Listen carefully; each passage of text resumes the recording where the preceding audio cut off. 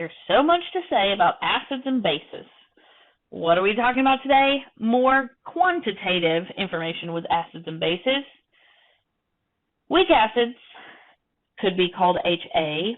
They dissociate in water incompletely. They dissociate in water to make H plus and A minus. A minus is the conjugate base of this weak acid HA, right? Don't forget that. If we wrote a Ka expression for this thing, because this is a Ka because it's producing H plus, we write Ka equals A minus times H plus over HA. Okay, cool. We could also write an equation starting with an A minus, and as we said in the last qualitative video, anions are often bases, so A minus could react with water as a base to create HA and OH minus. Okay, so if I wrote a K expression for this equation, it would be a Kb because hydroxide is a product because it's a base. A minus is a base. So that would be hydroxide times HA over A minus.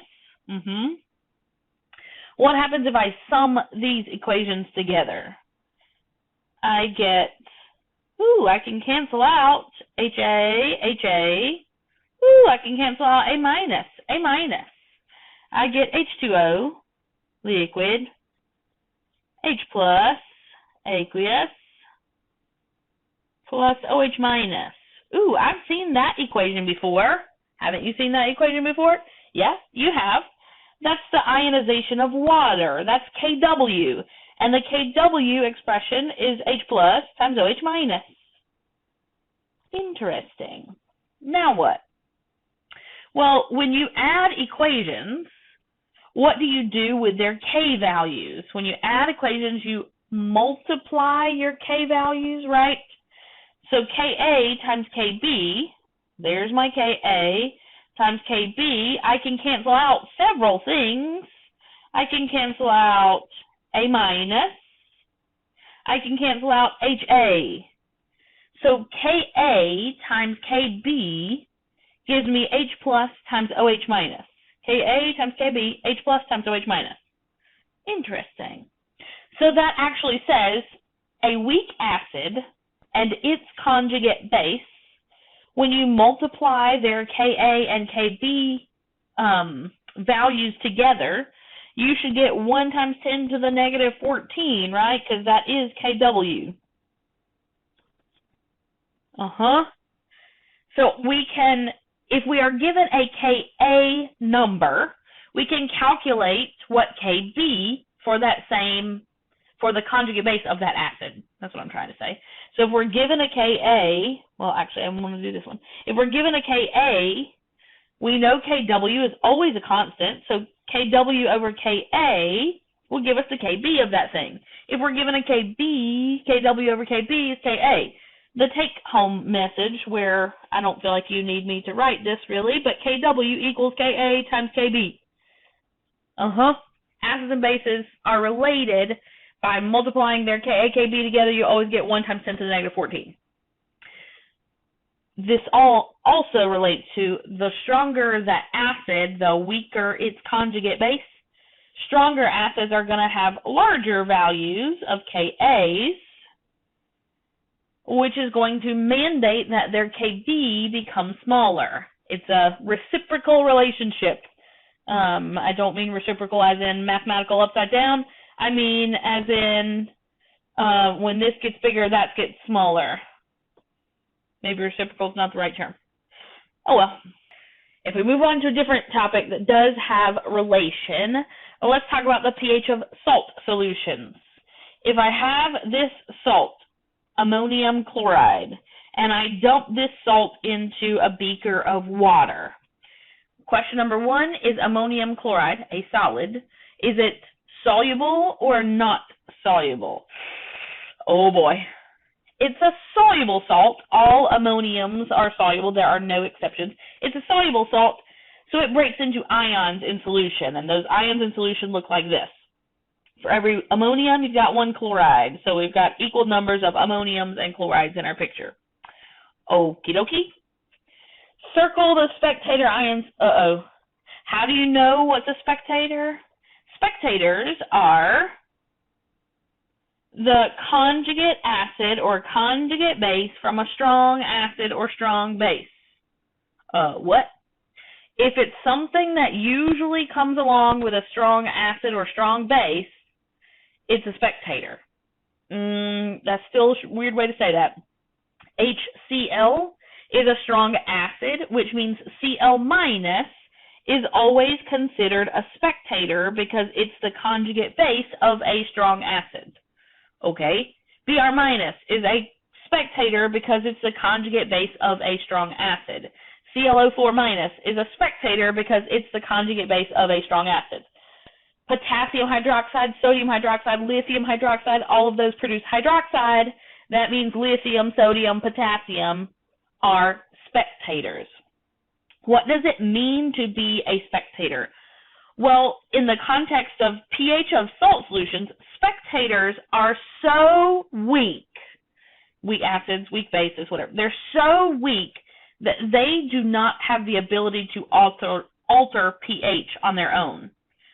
HCl is such a strong acid that it produces such a weak conjugate base, Cl minus, that Cl minus has no effect on the pH of a water solution.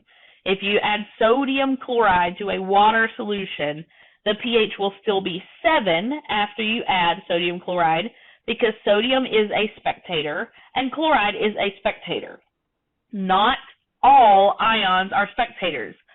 Some ions affect pH and cause the pH to go up or down depending on whether it behaves as an acid or a base.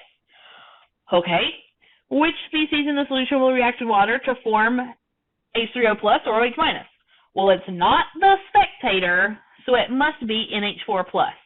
So NH4 plus is what will react with something in solution to cause the pH to be greater or less than 7. NH4 plus, is that an acid or a base? It's an acid.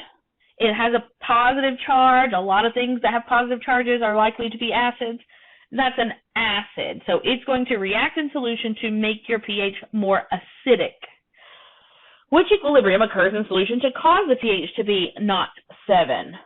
Well, it's this guy acting as an acid. So we should have H3O plus as a product. This is my only reaction that has H3O plus as a product. NH4 reacts with water to make NH3 and H3O plus. Yep, I'm going to choose that one. The top equation is illegitimate. NH3 plus is not a thing that ever exists. Don't choose that. Cl minus is a spectator. It will never, ever, ever react to produce H plus in solution. Cl minus is a spectator. It will never, ever react to make OH minus in solution.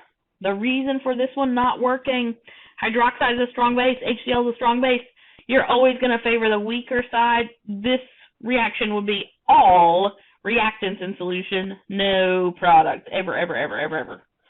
Okay, and the last one, NH3 is not in solution, so let's not choose that one. B is my right answer. All right, next. We will see problems where we will be given an initial amount of solid. So you'll be told there's 4 grams of ammonium chloride added to solution. You'll be given an amount of solid and told how much water it's added to, and you have to determine the pH of the solution after you add 4 grams of ammonium chloride to a liter of water. What's the pH of the solution? You ready for that? Let's start one. If you put cyanide in a solution, cyanide, that sounds scary. Sodium cyanide goes into solution. Question number 1, is it a soluble or insoluble salt? It's soluble. All alkali metals are soluble, no exceptions. We make sodium plus and cyanide minus. One of these is going to affect pH, while one of these does not. Who dat? Sodium is doing what in solution? Nothing, because sodium is a spectator. We would say sodium is spectating. We really don't say that, but I'm writing it anyway. Spectating. I left out my C. Spectating. Sodium is not doing anything. Sodium might be considered the conjugate acid of sodium hydroxide. We don't really say it that way, but it comes along for the ride with sodium hydroxide, which is a strong base. So that means it is so weak as a cation that it cannot affect the pH of solution. Cyanide can affect the pH of a solution because it is not the conjugate of a strong. Okay, common spectators, we've already listed several of them. This is not all of them. This listing is not all of them, but I can give you the generalization that all spectators are the partner of strong acids or strong bases. So when you know the listing of strong acids and strong bases that you've had to memorize, you know who the spectators are. Okay, when I put NH4NO3, a solid, into water, number one question, does it dissociate? Yes. All ammoniums are soluble, no exceptions. And all nitrates, actually, are soluble, no exceptions. All right, we'll finish that. Hold on. When I put sodium acetate in solution, is it soluble? All sodiums are soluble, no exceptions. Almost all acetates. I don't know if I'm brave enough to say all acetates without thinking it through a little more thoroughly, but most acetates, I would say, are soluble. Sodium, though, definitely. So, in this top solution, do I have any spectators? Yes. NO3 minus is the partner of a strong. It's a spectator. In this bottom one, do I have any? Yes. Na plus is the partner of a strong. It's a spectator. So we have to be able to look at reactions like these and predict, will my pH be greater than 7 or less than 7, or will it be exactly equal to 7? Since my spectators do not affect pH, I need to ask, how does ammonium affect the pH? Does ammonium behave as an acid in solution, or does ammonium behave as a base in solution? Ammonium behaves as an acid in solution, therefore it makes my solution acidic. I would have a pH of less than 7 for sure when I put ammonium nitrate in solution. All right, in the bottom one, acetate, does it behave as an acid in solution or as a base in solution? It's an anion. My purple blocked out my anion charge up there, but it's an anion, and anions are very likely to be bases in solution. Acetate is the conjugate base of acetic acid. This one's going to make my solution basic. That's so basic. pH greater than 7. Sodium has no effect. Nitrate has no effect. But ammonium makes my solution more acidic. And acetate makes my solution more basic. So if you put 4 grams of this guy in 1 liter of water, you're going to have less than 7 pH. 4 grams of this guy in water, you're going to have a pH of greater than 7. Okay, let's actually work one out. Add 4 grams of K2HPO4 to 100 milliliters of water. What's the pH of this solution? Oh boy, oh boy. What's the pH of this solution? Question number 1. K2HPO4 is a solid. When you put it in water, does it dissociate? Is it soluble or insoluble? It's soluble. All potassiums are soluble, no exceptions. So, potassiums are soluble. Potassiums are also known as spectators. Forget him. He's not going to do anything in solution. Oh man, I just realized this is the wrong charge. 2 minus, 2 minus, 2 minus. My bad, my bad.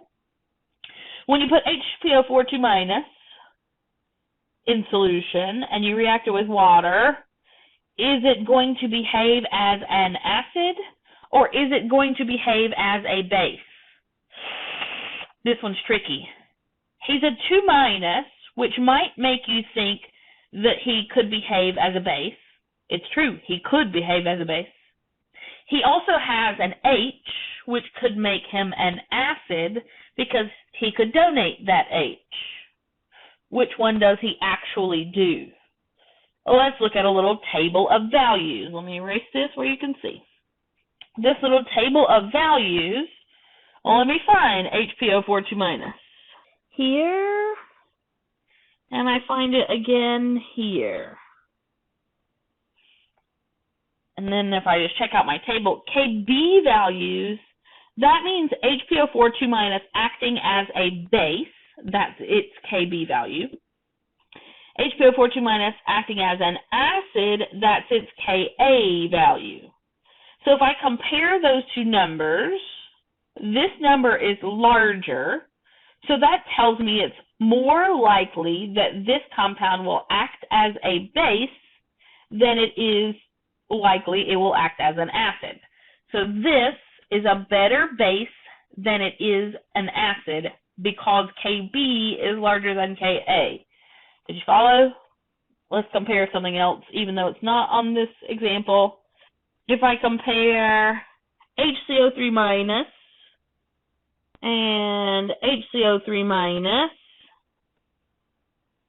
this number is larger than that number, so HCO3- is also a better base than it is an acid.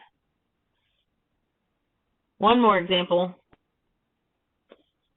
If I compare H2PO4- and H2PO4-, ooh, this one's different. H2PO4- is a better acid than it is a base because Ka is larger than Kb. So maybe we understand how to read this table. I hope so. Back to the actual problem at hand. This value versus that value, it's a better base than acid.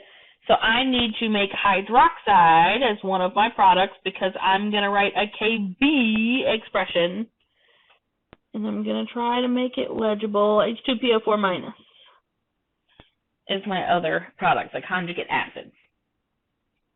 Okay, so I'm going to need to make a rice table so that I can find hydroxide concentrations so that I can then find pH. In order to make a rice table, I need to know the initial molarity of HPO4 2-. How do I find molarity? Molarity is moles over liters. So I'm going to need to convert my 4 grams of K2HPO4 into moles. Convert those to moles.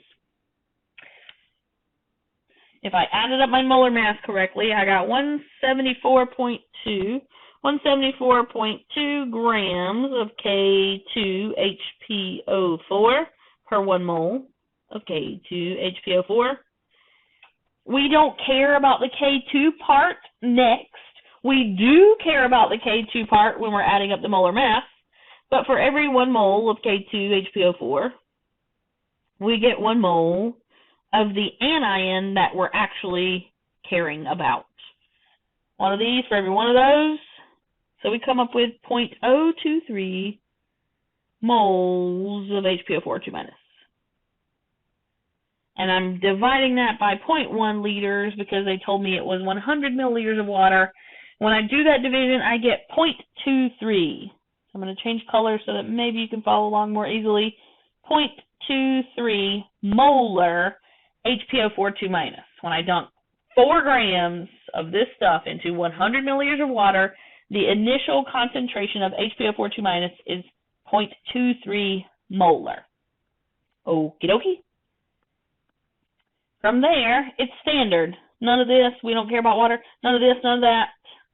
Minus x plus x plus x.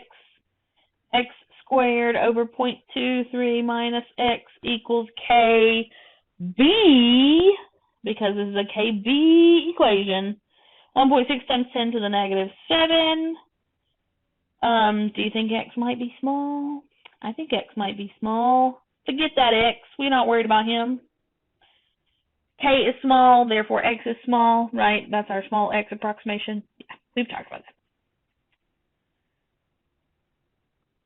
So I multiply 0.23 times 1.6 times 10 to the negative 7, and then I square root, and I get x equals, my PowerPoint's being real slow today, x equals 1.92 times 10 to the negative 4 molar.